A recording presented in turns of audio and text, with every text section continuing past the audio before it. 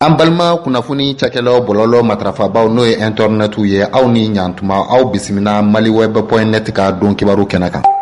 A wari busanama. Ok, o kaɲi. O kaɲi. Den ka duwawu bi. I ka busanda caya.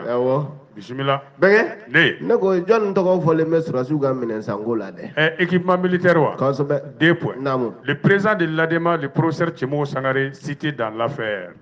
Nin kɔni ye nanzarakan ye bɛn k'a sɔrɔ ni nɛn dɔ la k'a walawala bamanankan na furafurula baba faamuya suguba kɔnɔ yan n'a baro ɲɔgɔnw bɛɛ lajɛlen ye. Voilà 22 septembre de ni walafi. Ko an ka fanga ɲini tɔnba in ADEMA o président ba Tchemo Sangare k'a tɔgɔ fɔ n bɛ sɔrɔsi minɛnsanko in na dɛ. I b'a dɔn k'a fɔ tarata nin kalo in tile 28 sɛgɛsɛgɛlikɛ yɔrɔ pôle économique financier Bamakɔ yɔrɔ u ye maa caman bila ka taa kaso la. Nka nin don in min taara kaso la o de tɔgɔ ko Tumeyi Tarawele. I tɛ Tumeyi Tarawele dɔn wa? Ale de tun ye directeur régional du contrôle financier Gao. Nin ko in bɛ kɛ tuma min o y'a sɔrɔ ale de tun cɛsirilen don nafoloko sɛgɛsɛgɛli bɛɛ la sɔrɔsiw ka ministre so la yen. U y'ale nɔbɔ ko ani dɔ ye jɛ kɛ ka faso nafolo dun nkalon kan yɛlɛma yɛlɛma kan fɛn min ye sɔrɔsi minɛnsanko ye o waati dunna o y'a sɔrɔ ADEMA ɲɛmaaba n'o ye professeur Tchemo Sangare ale de tun y'an ka ngolomasiri tabaw ka ministre ye. I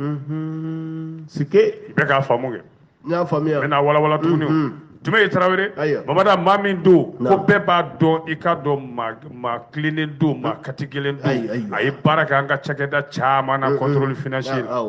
ayiwa mun dun nana ale tɔgɔ ye nin na jaa a dɔ de y'a fɛnɛ kofɔ min minɛnen don o ye jɔnni ye Madame Sango Fatumata Bogun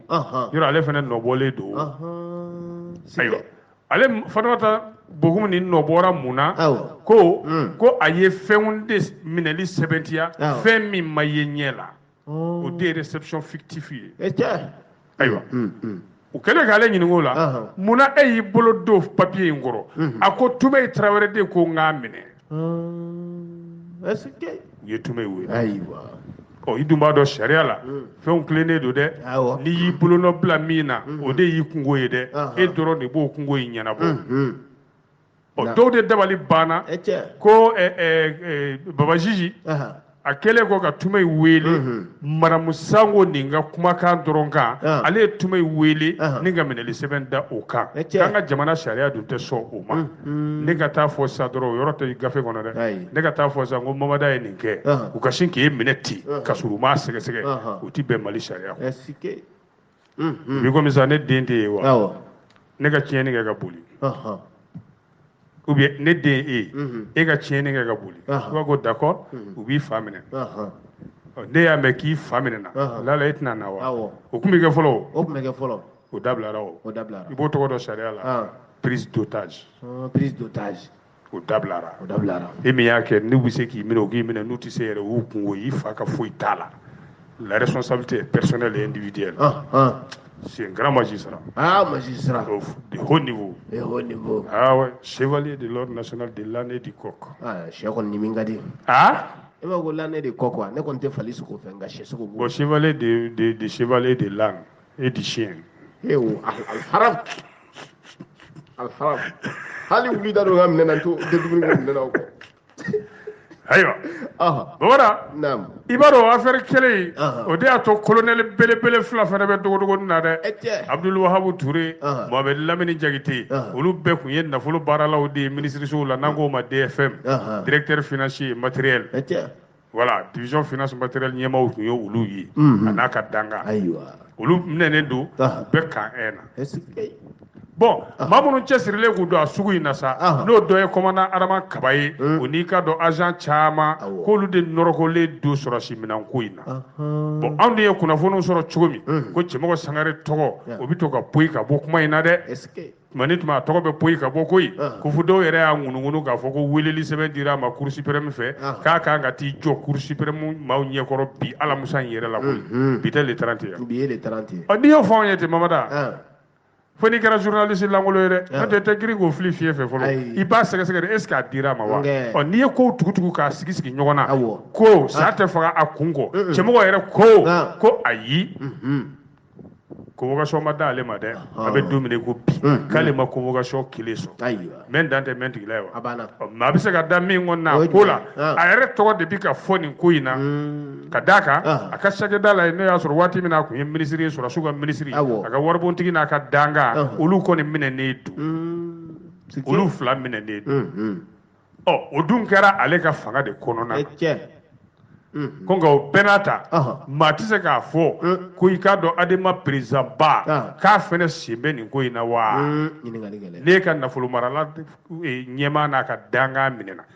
o dun y'a sɔrɔ e de y'u bɛɛ ka ɲɛmaa ye ko yala ni maa min ko k'i nɔ i tɔgɔ man kan ka fɔ a ko la k'o ye fili ye wa nka sɛbɛn fasiriba Elhaji Sahana Takiyu a ko waati nataw n'an labɔ nin ko in a kunkun n'a ɲɛɲɛ bɛɛ lajɛlen kan inshallah ni waati bɛ ka taa kiriw bɛ tigɛ ka taa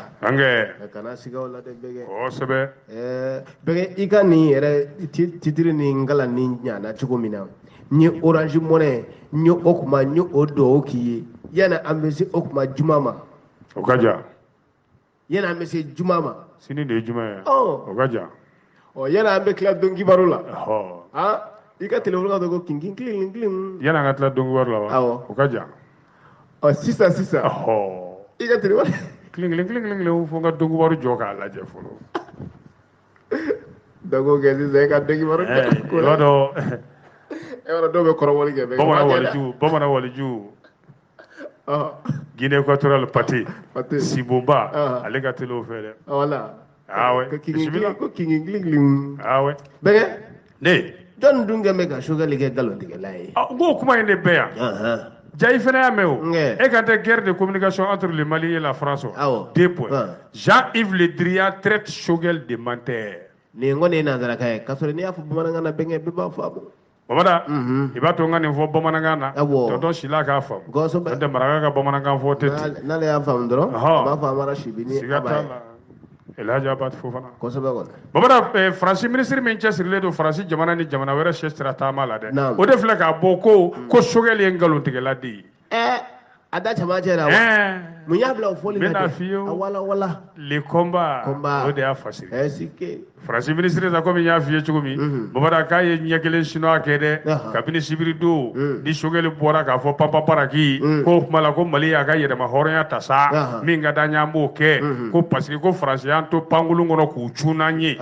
kabini Yves Le Drian y'o mɛn Bamada k'a sira a ɲɛna den o tuma a bɔra sa ka kuma caman fɔ f'a nana Choguel kɛ ngalontigɛla ye sɛbɛn fasiriba de ko o tuma ko nin dala kelen nin kuntagala bɛ taa fo yɔrɔ jumɛn yɔrɔ Faransi ye ɲangili ninnu bɛɛ gosi ka bin ko Mali ɲɛmaaw k'a fɔ k'olu ye Mali tu pankolon kɔnɔ ko k'u cun ko ayi k'olu ko k'u n'u ka sɔrɔdasiw labɔ yan ko Maliyɛnw ko Mali ɲɛmaaw ko k'u t'o kalama ko ayi ko mais Choguel y'o kuma fɔ ten ayiwa i dun b'a dɔn Faransi gafe belebele dɔ bɛ yen AFP Agence France Presse n'i y'o ta k'o lajɛ Faransi ministre affaires étrangères a ka kuma lasela o ko Faransi sɔrɔdasiw ka baara cogo yɛlɛmali Sahel kɔnɔ k'o kɔrɔ tɛ ko Faransi taara dɛ ko wa olu m'o décision ta o kelen ye dɛ ko ni Choguel y'o fɔ ko Choguel ye min fɔ ko tiɲɛ tɛ a nana mun fara ka tugu kuma lasela ye a ko Faransi bɛn'o labɛn minnu kɛ k'u y'a kuma fɔ a mɛnna Sahel jamana ɲɛmaaw ye ko kabini tɔnsigiba min kɛra Po en janvier 2020 ni ko Po filen cikan tɛ dɛ Faransi dugu dɔ tɔgɔ de ko Po bɛnkɛ n'o an tora ka taa an ka denmisɛnninw ka Po ɲini a dugu tɔgɔ de ko Po PAU ni dugu min tɔgɔ Po o dugudenw bɛ wele cogo di dɛ o yɔrɔ tɛ gafe kɔnɔ olu dugudenw wele ko Pɔpɔrɔ ayi n'i ma se k'a fɔ Po ɲininka n b'a fɔ cogo di a bɛ fɔ cogo di bɛnkɛ Palois n ko n ka defu kɛ a Po Poka j'étais un Palois ouais et va voir le Palois Jacques j'étais premier de ma classe avec 19,19 de moyenne ah ouais major de ma promotion non bɛnkɛ fɔrɔlen don a don Giscard d'Estaing den kun bɛ yen n y'o dan nka bɛnkɛ i panna de ka taa min ka taa Po k'an yɛrɛ ci Po ayiwa voilà Faransi ministre ko Choguel bɛ ka min kɛ dɛ k'o de ye kalabanciya ye ko k'a sɔrɔ ko Maliyɛnw tɛ ka ko in ye nin cogoya la sɛbɛn fasiriba de ko munna Yves Le Drian a b'anw ka gouvernement ɲɛmaa kɛ ngalontigɛla ye kanga segi kɔfɛ dɔɔni Mamada bɛ segin ni ye dɔɔni san 2019 2019 waati min na foroba baro tun sigilen don dialogue national inclusive ko Choguel bɔra k'a fɔ kɛnɛ ka panparanpa ka Faransi kɔrɔba tigɛ k'ale bolo ko Faransi nalen min filɛ nin ye dɛ k'aw m'a fɔ ko Faransi bɛ taa wa ko Faransi bɛɛ y'a de bada ko ka d'a kan Faransi ko k'anw ka sɔrɔsiw tɛ se Kidal kelen Mamada ko Faransi y'u ka daga de sigi n'o ye base Fila ko Faransi ye dugukolo hectare 1000 de san ko bɛɛ sigili kuntagalajan ko fɔ n'i ye dunan kɛlen ka dugukolo san i ka dugu la taali ko t'a kɔnɔ Mamada ko o kokɔrɔ caman de dan bɛ kɛnɛ kan ja o de bɛ Faransi kɔnɔ ni Choguel ye o de y'a to ministre des Affaires étrangères Faransi Jean-Yves Le Drian a b'a fɛ k'i dulon o kuma fɔlen kɔrɔlen ninnu de la ni ka sɔrɔ k'an ka jamana bagabaga k'olu n'u sen bɔ u ka turubuw bɛ bɔ anw fɛ yan u y'o bagabaga ta ka CEDEAO sɛgɛrɛ ko CEDEAO n'aw ma wuli sɔrɔsi ninnu kama k'u ɲangi minnu ye coup d'état filanan kɛ k'o tuma k'u tɛna aw ka baarakɛlenw kɛ ka bɛn a waati ma ayiwa n'an tor'o la Mamada Faransi diplomasi yɛrɛ n'o y'u ka sira taama ye jamana wɛrɛw ni ɲɔgɔn cɛ sa olu de nana ye k'a fɔ ko kabini sommet tɔnsigi min kɛra Po komi n y'a f'i ye cogo k'olu ko jamanakuntigi ninnu bɛɛ ɲɛna ye ko a bɛ se ka kɛ Faransi ka taabolo bɛna yɛlɛma dɔɔni sɔrɔsi kunda Sahel kɔnɔ ko n'aw ko a y'o fɔ ko Faransi bɛ se k'a yɛrɛ de jalaki sa o n'aw kun y'o fɔ Choguel tɛna fɔ k'aw m'o fɔ ko tuma ko ni Faransi bɛ maa jalaki u kan k'u yɛrɛ de jalaki ko Faransi de b'anw ka armée bali ka don Kidal wa ɲininkali gɛlɛn ko n'o tɛ ni Faransi sera ka kɔrɔfɛ kɛlɛ in ban sisan ko Maliyɛnw bɛ kuma wɛrɛ fɔ min tɛ nin ko Choguel y'o de fɔ ko Mali tɛ fisiriwale jamana ye n'i y'a kan ɲɛ an b'a dɔn ko ka kumaw falen ka to ka bɔ i ka dɔn kumasiraw kan bɔlɔlɔsiraw n'a ɲɔgɔnnaw Mamada ka to ka ɲɔgɔn sogi sɔn k'o t'a ɲɛ ye dɛ ko juguw kɛlɛli kɛnɛkan jalaki la k'a ban pewu k'an b'o de ma sɛbɛn fasiriba ne yɛrɛ baden Lansina Kulubali le combat o tɛ gafe kɔnɔ Serval nalen a ye Tombouctou ni Gao ni Kidal bɔ bolola combien de jours y'a kɛ tile joli kɔnɔ tile 3 dɔrɔn ka sɔrɔ k'u daga Kidal k'a kana se Serval maa tun bɛ Barkhane ka maa min bɛ yen a b'o bɔ wa Barkhane ka ca n'o ye mais maa minnu tun bɛ o waati olu ni sisan maaw jɔnni ka jugu Moujaw waati farmanba ninnu bolotigɛ ni sentigɛ o waati yɛrɛ de tun ka kalan ni sisan mais olu sera k'olu tile 3 k'olu bɔ baara la pewu Tombouctou Gao Kidal n ko tun bɛ nana fɔ kɔna wa kɔna de i kunna jara o tun bɛ n'i sɔrɔ quartier Bayemba la o Mamada nin ko in Ala de bɛ sɛ wɔsilen dɔn Ala ka fara an kan amin Ala k'an bɔ a bɔda ɲuman fɛ bisimila ne ko sanga bɛ fɛ ka jɔn nin dun dɛ Choguel kɛ ko di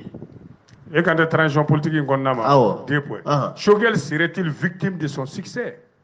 o ye ɲininkali gɛlɛn a fɔ bamanankan na ko yala Choguel ka sanga bi sɔn k'a dun wa succès de ye sanga ye le combat k'a jɛlen don Maliyɛn den bɛɛ lajɛlen ye Mamada i k'a dɔn fanga furancɛ fanga in n'a gouvernement ɲɛmaaya bɛ Choguel Kokala Mayiga bolo ko bi k'an bɛ se k'a fɔ alihamudulilayi dɔɔni ka tɛmɛ i bɛ ka tile premier ministrew kan ko nka politikimaa dɔw de bɛ ka fiyentɔ bere de ta sa olu kɔni ka cɛsiri ye mun ye ka ko bɛɛ bila sen na Choguel ka baara kɛlen a ye baara minnu boloda n'a bɛ k'olu kɛ bɔnfurula ko ye fanga furancɛ fanga in kɔnɔ ko wa dɔwɛrɛ tɛ dɛ Mamada mun don i b'a dɔn wa keleya ko dɔw ta ye keleya ye a fɔ kelen Mamada ko dɔw ta ye ka Choguel ka baara tiɲɛ a bolo cogo bɛɛ la ka d'a ka nɔbɔli min daminɛnen filɛ nin ye nafolo dunkojuguya mɔgɔw kɔ ko n'o tɛ ko maaw bɛ ka yɛlɛma kunni dɔɔni ye Choguel ka fanga minɛ cogo la docteur Choguel Kokala Mayiga c'est mon cousin ndi an tɛ Choguel tɔgɔ tɛrɛmɛli daminɛ ka na e tɔgɔ ye Mohamed ou bien ayi ne tɔgɔ bɛɛ tɛ Mohamed n'a ka di i b'a daminɛ Mohamed ne tɔgɔ dɔ ye Chouadou ye ou bien Chouadou ni Choguel ye kelen ye wa e bɛ Choguel dɔn kɔrɔbɔrɔkan na Choguel kɔrɔ e t'o dɔn kɔrɔbɔrɔkan na ne t'o kɔrɔ dɔn ayi ne t'o Choguel kɔrɔ dɔn o kɔrɔ beretigi ni y'i tɔgɔ da a tɔgɔ la a bɛ bereke k'i kun ci ne tɛ beretigi o kuma i tɔgɔma don wa ne ye mikorotigi de i tɔgɔma don dɛ n tɛ sogɛli kɔrɔ o dɛ i bɛ kɔkala kɔrɔ dɔn wa o kɔrɔ a bereke k'i ti kɔkala de i kɔ kolo yɛrɛ kolo kan i tɔgɔma don i tɔgɔma don farasi beretigi k'i tɔgɔma don farasi beretigi k'i kɔlɔsi a k'i kɔlɔsi sogɛli la n tɛ beretigi don babara i b'a dɔn ko ni ɲɔgɔn ma kɛ hali waati gɛlɛn minnu na ni M5 RFP tun bɛ wuli ka jɔ la ni Sogɛli tun y'u ka ɲɛmaa ye kumalasela don k'u tun bɛ hali kɔrɔmatigɛli minnu d'a kan politikimaa dɔw fɛ ko nin waati in ta ka jugu n'o bɛɛ de ye ko maa bɛ se ka min fɔ o la dɛ ko dɔwɛrɛ tɛ keleya de don ka bɔ ka Sogɛli kɔrɔmatigɛ nin cogoya la ko maa bɛ se ka keleya ye a ko la politikimaa dɔw fɛ a bɛɛ tɛ dɛ nka k'a dama tɛmɛ k'a juguya ta ko caman ta ye u sera bɛ min b'u ɲɛ sabu u b'a dɔn u ye min t'u kɔ ko kuma Sogɛli dun bɛ ka wɔsi kɛnɛ kan maaw ɲɛ b'a la maa bɛ se ka sɛgɛsɛgɛli min kɛ o la sa n'o bi maa ɲɛkɔrɔ yɛrɛ kɛnɛ kan terrain yɛrɛ kan o ye jumɛn ye Mamadu i k'a dɔn Sogɛli a ko Mali bɛna a yɛrɛ sagona teriw de ɲini sisan a y'o fɔ jɔn ye Faransi filanan dɔ bɔra gouvernement ka musaka la dépense la sabanan ɲuguɲugu ni ɲagaɲaga min tun bɛ wuli marche ba ni fɛnw ko bɛɛ b'a dɔn nin waati in na o sumayara dɔɔnin wa kɛlɛ cɛjugu min wulilen don yuruguyurugukɛlaw kama ko bɛɛ b'a dɔn o kɛlɛ bɛ ka taa taabolo min kan ayiwa o la sa o sanga minnu dara ɲɔgɔn kan sa Mamada ko yalaw o de bi ka malidenw yɛrɛ da transition fanga in na ko dɔw de b'a fɛ ka o lagosi bon maa b'i yɛrɛ ɲininka ɲininkali kelen jumɛn na o la sa o de ye ko yala Sogɛli ye sanga min sɔrɔ nin ye ko sanga in de b'a fɛ k'a dun wa serait-il victime de son succès k'a mana kɛ cogo cogo a kɔni a bɛ ka se sɔrɔ baara taabolo la a ɲɔgɔnna caman dɛsɛra min na ko bɛɛ b'a yira k'a fɔ maa minnu bɛ ka Sogɛli kɔrɔmatigɛ nin cogoya la tan Mamada ko keleya b'a la dɛ wa caman de fana bɛ u dɛsɛra de u ka ŋaniya jɛlen don kelen don dɔrɔn u ɲɛ b'a la Sogɛli bɛ n'a taara nin sira in kan a bɛ sɔn ka se sɔrɔ baaraw la dɛ n'a dun ye se sɔrɔ baaraw la olu minnu dun y'a k'a ɲɛ u dɛsɛra o tuma hali u ka politiki ɲɛtaa a bɛ dankari k'o la siga bɛ don o la u filɛ k'o kɛlɛ de wuli Sogɛli kama wa kɛlɛ wɛrɛ tɛ dɛ jɔyɔrɔko kɛlɛ don ko mais a waati dɛ u ma waati in de sugandi cogo ɲɛ nin tun t'a waati ka d'a kan hali bi Mali ye jamana ye min man kɛnɛ ko ye min bɛ furakɛli la min ka jugu n'o bɛɛ ye tarabasoli min bɛ ka d'an kan min ka jugu n'o bɛɛ ye an marabaa kɔrɔ n'o ye Faransi ye o min bɛ ka an ka sɔrɔ n'an ka nafaw taraki ka bin ko b'a yira k'a fɔ nin politiki maa minnu ka baara ye nin ye ko fasoden ɲumanw tɛ dɛ ko waati bɛ yɔrɔ min na bi farafarali tɛ dɛ fara ɲɔgɔnkan de don an bɛɛ lajɛlen ka bɛn ka an jugu kelen kelen sabu jugu in y'an bɛɛ jugu tɛ ayiwa n'i dun y'a jateminɛ sɛbɛn fasiribaa ko n'i taara o sira fɛ politiki maakulu minnu ka baara ye o ye minnu t'a fɛ Mali ka taa ɲɛ k'olu de bɛ ka nin ko ninnu kɔrɔmatigɛ ko n'o tɛ politiki maa yɛrɛw minnu t'a fɛ Mali ka bin abada minnu b'a fɛ Mali jɔlen ka to k'olu tɛ sɔn ka Sogɛli kɛlɛ nin waati in na k'a ka ko ban dɔrɔn a kɛn bɛ ka machine min wuli nin ye yuruguyurugukɛlaw kama machine bɛ ka sira min ta n'a bɛ sɔn ka boli olu yɛrɛ dɔw kan Mamadu k'olu de bɛ sɔn ka Sogɛli kɛlɛ Zedi Keyita ale ka fasiri don k'a lase an lamɛnbaaw ma laadiriya la bɛnkɛ o k'a kɛ ni hakili ye ayiwa transition fanga mana gagné n'a ye se sɔrɔ n'a ɲɛna a bɛ ɲɛ an bɛɛ de ye koyi a mana ɲɛ fanga min bɛ na o kɔfɛ o tɛ se ka tiɲɛ o nka n'ale ma ɲɛ fanga min bɛ sigi ale kɔfɛ a bɛ gɛlɛya i bolo dɛ an ka taa don dɛ Ala ka Mali sankɔrɔta Ala ka Mali basigi Ala k'an lafiya Ala ko dɔw minɛ Ala kana Orange Money faama n'an amina Ala kana Western faama n'an lamɛn Money Gram Iriya Wari a jɛ baarakɛminɛn Ala kana o faama n'an lamɛn Ala ko dɔw minɛ ani samara belebelebaw minnu sen ka bɔ walasa o pɔntiri bɛ sɔrɔ o sɔbɛ kɛ i banba o kan bisimila bɛnkɛ jɔnni ye wala sɛbɛ dɛ Boubacar Yalko ye ale ye jɔn ye n bɛna f'i ye a wala Boubacar Yalko a démissionné du CDR Mamadu o kuma de bɛ yen ko Yalko ye wala sɛbɛ CDR la cogo di mun na gafe min y'a fɔ le Ouagadougou ibaro yalgu ma nyini ga joni ndo wa journal do be ko le pays o directeur de publication do Bokar Yalgu o ka bora CDR la CDR mi ka to ko na le de tuer secrétaire administratif ko ne te gundo e ma bolo tugun de ko Bokar Yalgu ko CDR ma te tuguni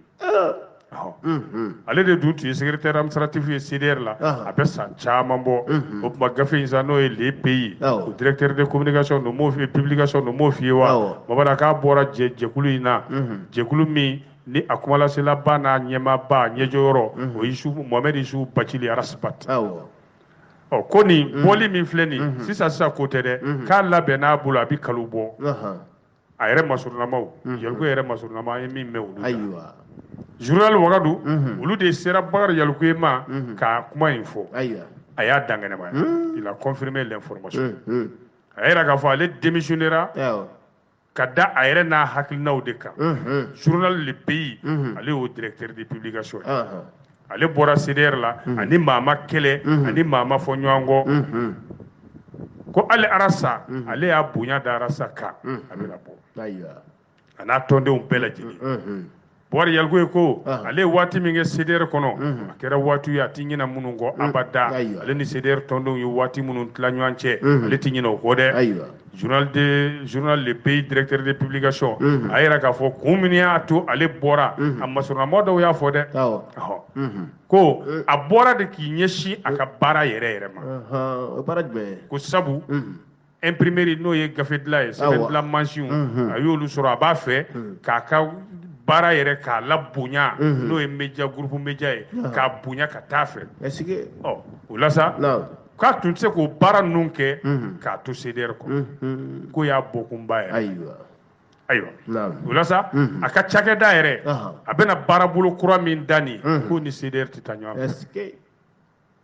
a masurunama dɔ de y'o fɔ ko n'o tɛ ko baganya foyi kumakolon foyi gɛlɛya foyi tɛ Yalgu ni Arasbati cɛ gɛlɛya foyi t'a ni CDR ma o cɛ ko mɛ ko bɛɛ n'a waati don ko waati de tun sera Bakar Yalgu bolo o tuma k'i ɲɛsin ko wɛrɛw ma sa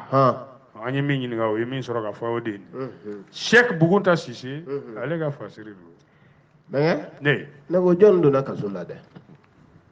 affaire Big Malion na dans l'affaire Big Malion 2 points Nicolas Sarkozy condamné à 1 an de prison ferme mɛgɛ ni y'an sara ka wala bamanankan na k'a fɔ bamanan ko i k'a dɔn affaire belebele dɔ wulila waati dɔ la ko Big Malion e t'olu sugu kalama sa n'o karata bamankɛ Musa Kulubali ale b'a kalama affaire Big Malion kuma wulila a waati a ma diya dɛ Nicolas Sarkozy condamné à 1 an de prison ferme lasi Sissourou ka kaso ɲɔgɔn a wala ko Sarkozy Faransi président kɔrɔ Mamadu k'u y'a kɔn k'a don kaso la san 1 tribunal correctionnel min bɛ Paris olu de Sarkozy ka kiiri kɛ alamisa tɛmɛnen k'a ye k'a nɔ minɛ a jɔra la ja a ye jamanakuntigiya ɲini saa min o kalafili o campagne o gongon gosi o tɛ campagne ye sa o gongon gosi musaka dɛ k'o wari in sɔrɔ cogo de jɛlen tɛ u y'o de sɛgɛsɛgɛ ka t'o jɔ a la k'a fɔ nafolo min n'a y'o don a la k'o jɛlen tɛ o jɔra a la u y'a don kaso la san 1 nka kaso min don ani lasi Sissourou ta tɛ kelen ye dɛ u ye kaso in bayɛlɛma cogoya dɔ la a bi kaso in kɛ a yɛrɛ ka so de ye nka a kɔlɔsilen don subahana mansin fɛ surveillance électronique hali n'a donna ɲɛgɛn na a yelen don téléphone tɛ yen n bɛ taa bi ye f'i ka autorisation san n'o tɛ i tɛ se ka taa kaso kuma tɛ a tɛ jɔ hali bulonda la n'a y'i bolo da kogo la u bɛ taa n'a ye wo la bolili ko t'a la surveillance électronique Faransi jamanakuntigi kɔrɔ Nicolas Sarkozy san 1 kaso dira a ma kiiri in tigɛra don jumɛn bamanan ko sɔgɔmada in na de don ne bɛ gouvernement de di maaw ma tribunal correctionnel de Paris k'a y'a ka campagne financé ni wari min ye i b'a dɔn campagne nin kɛra san jumɛn 2012 san 2012 ja affaire dɔ de wulila o san affaire Big Malion ayiwa jamanakuntigi kɔrɔ in sa Nicolas Sarkozy sɔgɔmada na kiiribulon kɔnɔ ne yɛrɛ ye n kun munumunu fan bɛɛ m'a ye a yɛrɛ kun tɛ yen fo n ye dɔ ɲini k'an kɛrɛfɛ ko il n'est pas là lui il dit que non on peut le juger à son absence son avocat est là fo juge ko silence laban la n ye n da de a bɛnkɛ bɛ pan ka taa min ala kosɔn sa fo Faransi ka tila o jugement bannen ka tila ka n'i ka journal bɔ ka tila ka bɛn heure ma ala ka baaraw don Bamakɔ ni Faransi yɛrɛ ɛri 6 ka bɔ Bamakɔ ka se Sikaso yan kari la o fɛnɛ ɛri 6 bɔra la siraɲugu dalilu b'an bolo n'i ye miiri da yɔrɔ min kan dɔrɔn n bɛ yen fo yɔrɔ kelen ne y'i miiri da yɔrɔ kan i bɛ yen bɛnkɛ i k'i miiri da Afganistan kan sisan sanga ye dɛ o ye jamana dɔ ye wa awɔ bon afu yɛrɛ bɛ dugu o dugu la n ka dalilu tɛ ɲɛ ye Pakistan bon paki bɛ dugu o dugu la n ka dalilu ɲɛ man di ye Bamana i b'a dɔn k'a fɔ nin ko in mɛnna sen na koyi jamanakuntigi kɔrɔ ye Nicolas Sarkozy ko maa don maa kati gɛlɛn don a yɛrɛ ma ye kiri kɛnɛ kan jɔ o y'a sɔrɔ a bɛ jamana jɛrɛ dɔ la tuguni meeting o dun t'u kangari dara ye juge y'o sɛbɛn k'o d'a ma k'a ka jamanajɛ dabila a bɛ ka kiri tuma min a bɛ meeting la o ba magistrat de nana dimi o la sa ko tuma an ka kɛ wo la i bɛ magistrat muso in tɔgɔ dɔn la 11e chambre correctionnelle du tribunal de Paris. I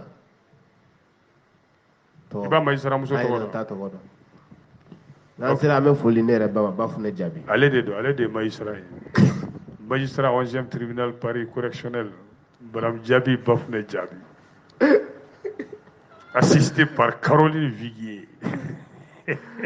Ah la bɛgɛ. Voilà. Parce que ne b'a dɔn i tɛna pan ne ba kunna yan. Ni Faransi ko don an bɛ tandi i b'a dɔn komi ale ma kalan a ka adjoint o de ye muso in ye Caroline Viguier o de ye Sarkozy kɛ wo la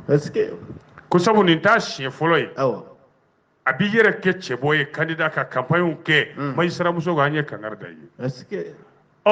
an tor'o la ja Mamada an bɛna minɛkun yɛrɛ f'i ye koyi u y'a ɲangi mun na a ye miliyɔn 42 n'a kunkanfɛn dɛ a y'o de don a ka gongon gosi la campagne na min tun yamaruyalen don jamanakuntigi kalafili la Faransi ye o y'o ɲɔgɔnna 2 de ye ale y'o ɲɔgɔnna 2 de don a ta la 42,8 millions soit près du double du plafond légal à l'époque barisi kalo la sa yɔrɔ Sarkozy tun kɛra Faransi jamanakuntigi kɔrɔ ye min fɔlɔfɔlɔ welela ka jɔ bɔgɔ jende ka 5e république u kun ye san 3 kaso datugunen d'a ma Meku ko yurugu i k'a dɔn ka maaw bagabaga ni fanga ye ka maaw ka kumakan lamɛn u ɲinɛ ma l'affaire des écoutes u kun y'a kɔn ka don kaso la san 3 a ye welewele da kɛ n'o ye appel ye u y'o kaso la don dulon fɔlɔ k'o ko bila o ko tora ten Sarkozy kɔni sen na k'a ma bɔ ni sen t'a la dɛ ni sen ta san 1 kaso de dara kun wa a bɛ alimani sara fɛnɛ ko ye euro wari 7,000 ani 750 ni 50 3750 euro Bamada a b'o sara ayiwa san 1 kaso fɛnɛ dara kun mais a bɛ kalo 6 kɛ lafiya boloma dalen na kalo 6 dɔ in kɔni a b'o kɛ kaso la alimani nin o tuma a kan k'o sara o bɛ di sɛgɛnbagatɔ dɔ ma farafin jamana min ni Faransi y'a mara o sɛgɛnbagatɔw bɛɛ la sɛgɛnbagatɔ o alimani in bɛ d'o ma walasa ka jurumuw kafari o bɛ kɛ bɛnkɛ o dun bɛ sɔrɔ Mali yɔrɔ jumɛn na sisan sɛbɛn fasiriba kɔni y'a fɔ a tigi yɛrɛ tɔgɔ bɛ yan k'o na d'o ma a tɔgɔ fɔ bɛnkɛ 3750 euros a mille a million de a mille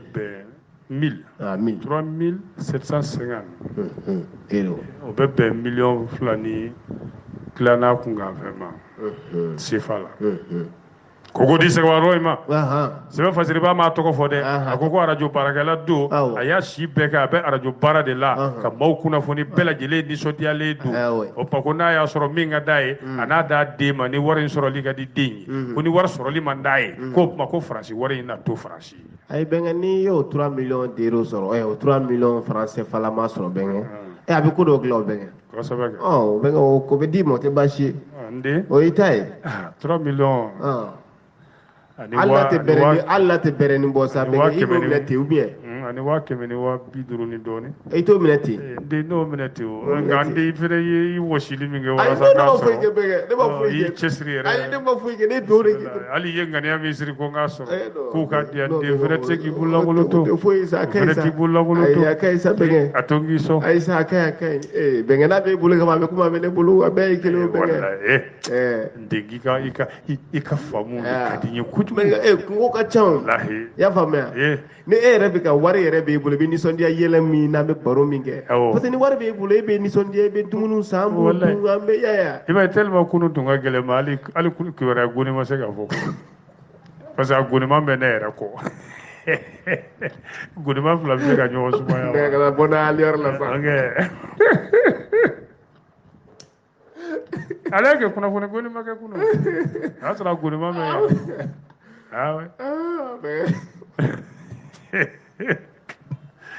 layi ne tɛ danga o ni ne ye danga hali ni yɛlɛla situlu kan a tɛ mɔɲɔgɔn dɛ a bɛ lajɛ bɛɛ wari bɛ sɔrɔ bon an bɛ jeune climat ko fo café o lɛ blanco café o la ani buruta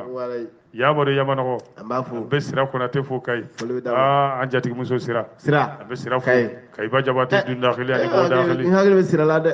kɔri basi t'a la ayi mais an bɛ kɔɲɔcɛ fo Cheikh na Amala Koyita ayiwa oui Cheikh Amala Koyita a bɛ yan an b'a fo kosɛbɛ ka kɔɲɔkɛ fo oui Silima Koyita ka Koyita Gabon Maraka ni muso furu Maraka ni den wolo i denkɛ fo Umar Kida an b'a fo Bamakɔ sigi la ka foli di n bɛnkɛ Batinɛ Kɔnte ma BBK a n'a baden kɔrɔkɛ GMK Malamini kɔni an b'a fo Gabon sigi la ka i yɛrɛ bɛnkɛ fo Lasana Soso ouais Tripoli a bɛ Tripoli an b'a fo an b'a fo ouais Bamana an b'an lamɛnbaa bɛɛ de fo an da sera min tɔgɔ ma an da ma se min tɔgɔ ma a bil'i kunna i folen don dɛ n'o tɛ ne denkɛ tɛ nin Afrique du Sud wa Touré kɛ c'est mon premier fils South Africa ale bɛ Johannesburg n bɛnkɛ bɛ Cape Town ma fɔ sa Cape Town ne ala tɛ ne bɛ sɔn k'o fɔ bɛnkɛ ne yɛrɛ ko Cape Town ne ala tɛ ne bɛ sɔn k'o fɔ bɛnkɛ bon Cape Town a ka ne tɛ fɔ tuguni yɛrɛ ne bɛnkɛ Fofana bɛ Cape Town an b'a fo k'a Fofana Kandojo ka ne yɛrɛ denkɛ fo Solomani Jara Londres Amérique kama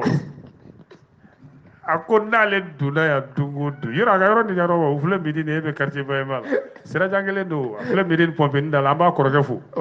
ka UMA cɛden bɛɛ lajɛlen fo Union pour le Mali ka président ba fo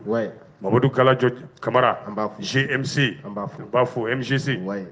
Mamara n'an kumana nin cɛba in ka don o don maliyɛnw b'a dɔn jɔni don Mamadou Galajo Kamara Yeshimila comptable de son état un grand technocrate n bɛnkɛ don ani musokɔrɔba bɔlen don an b'a tɔntɔn fo n'o ye Kamara ye Amérique an bɛ Mamadu Kamara fo a n'a ka denbaya bɛɛ lajɛlen n'Ala sɔnna bisimila ne an don dɔw ye min fɔ awɔ ko Mamadu cɛbakɔrɔ n'i tora k'i yɛrɛ kɛ muso ye ka ko dɔw kɛ maloya b'i sɔrɔ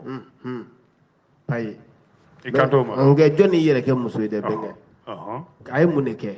mun bɔra a la maloyala ko jumɛn y'a sɔrɔ awɔ a kɛra min kɔni jaati un adolescent soupçonné de se travestir pour voler des retraités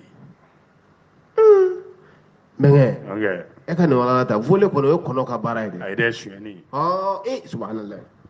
Mamada nin funakɛnin in de tun bɛ yɛrɛ yɛlɛma ka kɛ muso ye Mamada ni ka taa maa minnu bɛ sɛgɛnna fiɲɛ bɔ la a ka maa suyɛta ye olu de ye dɛ dɔgɔtɔrɔso fana la i kabako i mɔkɛ dɔ bɛ yen ayiwa kamalennin wulila bolo dara botintin kan o nka a bɛ fɔ o suyɛnni sugu de ma ko suyɛnni fɛɛrɛma vol avec ruse polisiw bɛ yen minnu fana ka baara yɛrɛ o maaw minɛ ni dɔrɔn ye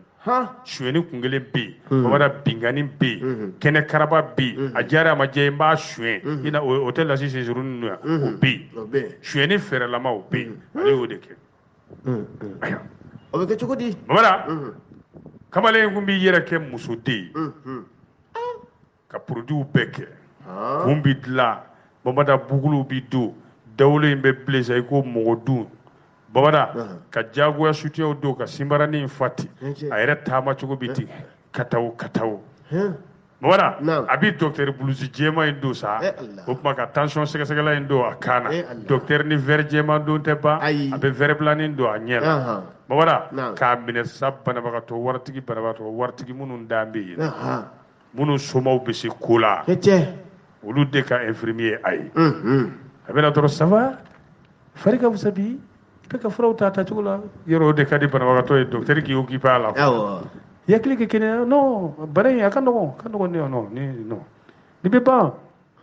baba fa bi teriya ke no wartigi nu yisa ha ulu somo be blangoro min blogoro baba da nye no nya seleku melegu unana jate mine ni do sunguri anna fo sunguri sa parce que ni ya ite che ya ere mirina sunguri do na wartigi barabaga to fe daleka aduna wartigi retraité le segana fie bolé fe ka a be bulu fe do tunna ka chama binani e docteur Sokile ja gushilike no mayde Allah ko atara oui ja ni yoro dorontere baba be ni ke Europe chamandi aba mene duguni dugude gushilo dangoroba fo saraka ya blasa e ka do sunguri nana sini dugu ni la sa ni dugu ni docteur Sou baynay mawada ka gushili da mene yasike aywa joya soro ay min goshi o somogo ko kanga ni nagire anga dugu yere la o kumbe furakel la yoro do la ayo goshi o mana yere faso kono sawa docteur Sou fama docteur Sou baynay wa wala sa o ya yere ka dugu yi a somogo ka bo avion ta ni mobili taw la ka ta flewa ja o nyeno bala babada nano de kama ayo fesike o ko oui ne ni nyeni dugu na docteur Sou ina ayre kumbi occupé ne la de nga abora ne manga fuyi ali nga telefoni mai wayo ki do de atabeto doro ko excuse docteur vraiment il faut venir naje e kanga fura no naja ki yere gomi bi ka jugusa o ye warba boko to aka kungoro de la krefe hecce ana ayi akano doni sinogo doro ibe ni fura ita doni sinogo abenya abora doro sele ku mele ku chema wari chefene sina ka infirmier de garde weliti ka ya laje ka infirmier do be atamachien beta wa ha ni muso tunte anyedai ani malien je do tumbole do de o be to godi o ka jawo we arajo barakela ida awe chegele to ko chama ngo ate to ko ka jakuju na kere ga warba shuenga bo ko ni muso tunte ni chedo kale kumba fo ko chendo ay muso do angata mi che ko ni do ay muso ba fo ko che ay muso do sangata muso do malien do muso do arajo barakela sigasu e be de warto e ko arajo ura muso do wa che to ko ka jakuju amago ta to ko la ko Mamadou Abdoulaye Chouadou Mamada ta adi damanga ko be muso do ale sigara ko babara ye suguru no ko fo ka ye docteur So bolo kono sa couloir kono ja sora ka saga e fe munu ta ali telephone mbala kataw abi bo sa ba fa gata ko docteur pardon abi jo boneta ja docteur fini bolu kana ngalu be pour si jole undi o wala olu ka ke to amse ga sake ngonna la jawa non pikiri koro ni fe on de ba kono yere ga menon de ba kono o setawi aka bulo do ne ga sake kono logo c'est la police yoro me ka be tabla ngono mela c'était ani ko la ba olu ya galonga bi digi da ndene mawda galonga bi olu ya wuli ka jo ka ke mobili kono ka tana commissariat usele commissariat la ko ka fuye mamara o ma finu mboli damne wa unana sutiye bo fo ito kono mouchoir ni fini wolo ya Allah taala a disi be shi baligudo wasara ka sege ay dabo fle ko rajora la a jola la ko ye ko siliga yoro jume o a ko siga so docteur so ba e go siligi hôpital di mal la mo ba e go siligi aga ben nga gusili ko na ni nga gusili te ayi gusili ke yoro la sa aya be fo commissaire yere ko nutuma fuili nketta kale yere kum benyini ka jarabi ala tellement ale nyana musodo commissaire ide ko fa ka dijo e agumna jarabi fenjugula aussi c'était pas la fouille que je commençais à tomber amoureux de la jeune dame non monsieur le commissaire konoke monsieur le commissaire de là-bas. Il n'y a pas de problème. Ndienge commissaire bigonende ego danga ere morgu binane biso koro. Agata. Kanango keleni. Ayite go agata. Aywa ukere ga sega mami mi ngone mina na bulu sur les champs yolo mina la. Kosobe. Aywa. ja ni mun t'a siɲɛ fɔlɔ ye ayi dɔgɔtɔrɔso dɔrɔn tɛ koyi Mamada k'a kun b'a kɛ hali a b'a yɛrɛ kɛ polisimuso ye ko sabu nanzaraw bɛ muso bonya k'a b'a yɛrɛ kɛ polisimuso ye Mamada ka cɛw bagabaga k'u suɲɛ tuma dɔ la a bɛ gendarme finiw don k'i yɛrɛ kɛ gendarmeti ye gendarmemuso ye ka gosili kɛ a b'i kɛ service dɔ baarakɛla ye Mamada ka don comptabilité la ka comptable munumunu ka gosili kɛ bi de sa a y'i yɛrɛ kɛ muso ye k'a bɛ manamana kɛ a malo la